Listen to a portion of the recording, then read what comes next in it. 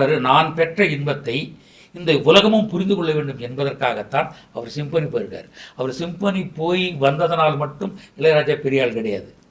அவர் போகாவிட்டாலும் ஆமா, ஐரோப்பாவை தாண்டி உலக நாடுகள் எல்லாவற்றிற்கும் மனிதன் சுவாசிக்கிற ஒவ்வொரு மனிதனும் நாம் நிம்மதியாக வாழ்க்கையை கடந்து மரணிக்க வேண்டும், அழகாக வாழ்க்கையை முடிக்க வேண்டும் என்கிற தருணத்தில் நமக்கு விரும்புகிற ஒன்றை வாழ்க்கை வாழ வேண்டும் என்றால் இசையில் இளையராஜா இசை தான் சரியாக இருக்கும் என்பது என்னுடைய கணிப்பு. பட் இதுக்கு முன்னாடி சிம்பொனி மாதிரி அவர் வேற விஷயங்கள் எதுவும் ட்ரை பண்ணியிருக்காரா? முதல் முறையாக அதில் பண்ணியிருக்காரு. ஏன்னா அவருக்கு இந்த முழுக்க நீங்கள் ஆஸ்கார் அவார்டு ஒரு பிரச்சனை.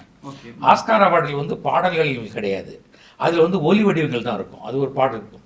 அவர்களுக்கு மட்டும்தான் ஆஸ்கார் இசையமைப்பாளர் கொடுக்குறாங்க, பிக்சர் கொடுக்குறாங்க.